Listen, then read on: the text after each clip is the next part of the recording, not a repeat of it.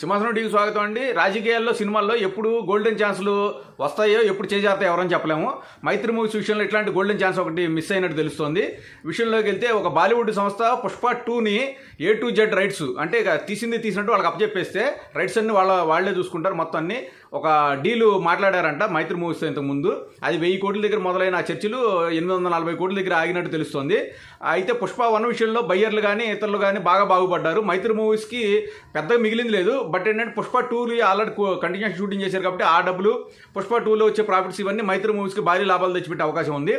దీంతో Pushpa 1 super duper hit అవడంతో మైత్రి movies కూడా మన పుష్ప 2లో బాగా వస్తాయి, బిజినెస్ కూడా 1 మించి బాగా భారీగా జరుగుతుందన్న ఆశతో ఆ డీల్ని తిరస్కరించారట. అయితే ఇప్పుడు ఈ జరుగుతున్న డీలే ఈ వివాదాలు ఇవన్నీ చూస్తుంటే అసలు ఆ డీల్ని ఓకే చేసి ఉంటే పోయేదేమో అని మళ్ళీ మేధోమదనం ఉన్నట్టు తెలుస్తుంది. బట్ ఏంటంటే పుష్ప 2 మాత్రం పుష్ప 1 మించిన స్థాయిలో ఉండేలా సుకుమార్ చర్యలు తీసుకుంటున్నారు.